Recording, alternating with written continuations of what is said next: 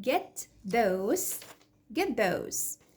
ايه اللي حصل للت ساوند في كلمة get؟ ليه اتحول لده؟ Hello everyone، معاكم مس رحمة شعبان، والنهاردة ان شاء الله معانا درس جديد من دروس الفونولوجي. لو انت اول مرة تتابعني فاحنا بناخد كل جمعة ان شاء الله درس جديد من دروس الفونولوجي، بنعرف فيها اسرار النطق الطبيعي للنيتيف سبيكرز، ومش بنتعلمه علشان بس ان احنا نبقى نطقنا شبه النيتيف سبيكرز، لا، احنا بنتعلم علشان كمان نفهمهم، نفهم الكونفرسيشنز، نفهم الكاجوال سبيتش، نفهم الاخبار، نفهم الافلام من غير ما نقرا السبتايتل. ليه؟ لان الكلام المكتوب غير الكلام المنطوق. طيب ده بقى اللي بندرسه في كورس الفونولوجي. تعالوا كده بالتفصيل نعرف ايه اللي هناخده النهارده. كنا شرحنا قبل كده الاسيميليشن. طب ايه هو الاسيميليشن؟ اسيميليشن زي بالعربي ادغام. الصوت الاخير في الكلمه الاولى بنعمل له ادغام مع الصوت الاول في الكلمه الثانيه. وممكن يكون الاسيميليشن ده ليه كذا نوع، يا اما progressive او regressive، يعني الصوت هنا هيغير على هنا او هيأثر على هنا، او الصوت ده هيأثر على ده. ده الاسيميليشن.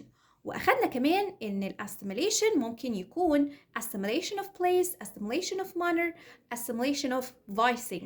وكنا شرحنا الاسيميليشن of place يعني ايه؟ يعني place of articulation، مكان خروج الاصوات من الفم. For example، هنا مثلا أنا عندي أصوات بايليبيال بتخرج من الشفايف، في أصوات ليبيودنتال ما بين الشفايف والسنان، أصوات دنتال بتخرج من الأسنان، في الفيلر بتخرج من الالفيلر ريدج، في أصوات بوست الفيلر، في أصوات بالاتال، في أصوات فيلر، في أصوات جلوتال. أوكي، يبقى دي كده أماكن خروج الأصوات من الفم، فإحنا مسمينه place of articulation. عرفنا بقى ايه هو البليس، الاسيميليشن اوف بليس، وبيحصل ايه؟ انا بغير مكان خروج الصوت مش بلغيه، علشان في ناس تقعد تقولك ما تقرأش التي في نهاية الكلمة ومش عارفة ايه وبلا بلا بلا. لا، احنا مش بنلغي الصوت نهائي، احنا بنعمل ايه؟ احنا بنغير مكان خروجه. فتعالوا كده نشوف مثلا المثال اللي انا قلته في اول الحلقة او الفيديو، كلمة get those. جرب كده، انت هتيجي تنطق دي هتقول جه؟ no، عمرها ما هتحصل ان انت تقول جه. ولكن ايه اللي بيحصل؟ ان التي او صوت الت ساوند هو الفيلر. يعني ايه الفيلر؟ بيخرج من الالفيلر ريدج من هنا. جرب كده تنطق الثلاث اصوات دول، ت، د، ن. كل الثلاث اصوات دول خرجوا من هنا، من الالفيلر ريدج. ولكن لما تيجي تقرا صوت زي ت، د، ت، زي في كلمه thing او كلمه tree، كلمه teeth اللي في النهاية الصوت الأخير، يبقى ده صوت ت ساوند زي صوت الثاء بالعربي. إنما الصوت ده اسمه د د د د د، صوته د بيبقى موجود في كلمة those these زي الدال بالعربي. الصوت ده خرج منين؟ من هنا، من التيث، من الأسنان. يعني التيب of your tongue لمست هنا التيث. طب بيحصل ايه لما بيكون عندي اخر صوت في الكلمة الاولى بيخرج من الالفيلر ريدج، والصوت اللي بعده خرج من الدنت من التيث؟ حصل ايه؟ الصوت ده بيتحول، بيبقى هنا، بيتغير مكان خروجه. احنا مش بنلغي الصوت، احنا بنغير مكان خروجه. تعالوا نشوف مثال. هنا كلمة get those دي letters، الحروف، الكلمة مكتوبة بحروف، انما هنا مكتوب transcription اللي بنلاقيه في الديكشنري او القاموس. get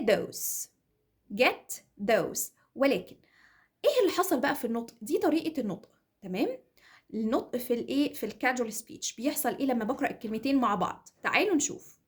هنا الت ساوند اتفقنا ان هو غير مكان خروجه، غير مكان خروجه علشان جه بعديه دنتال، فالالفيلر ساوند او الالفيلر كونسونانت بقى دنتالايزد، يعني صوته اتحول وخرج من هنا. تعالوا كده نقرأ get those. اقرأ get لوحدها get.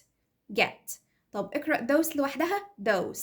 مع بعض get those. بسرعة أسرع get those. لاحظت إن التي غير مكان خروجه، هو ما اتلغاش. طب أمثلة كتير بقى، تعالوا نشوف. that thing مع بعض that thing. لكن في الكاجوال سبيتش the thing حصل ايه؟ that thing الت ساوند اتحول من الفيلر لدنتال، تمام؟ غير مكان خروجه. أمثلة كمان: cut through cut through cut through بقت cut through cut through. حصل ايه؟ الته ساوند برضه غير مكانه علشان جه بعديه dental consonant اللي هو th sound. يبقى ده اللي بيحصل في الاسيميليشن اوف بليس، انا بغير مكان خروج الصوت مش بلغي الصوت، او مش ان انا بغيره. يبقى صوت الته ساوند الالفيلر اتحول لايه؟ لدنتال. ده اللي حصل النهارده في الكلمات دي، لما بيكون عندي consonant alveolar في الكلمه الاولى والكلمه اللي بعدها فيها dental consonant بيحصل ايه، او dental sound بيحصل ايه؟ الالفيلر بيتحول ل dentalized.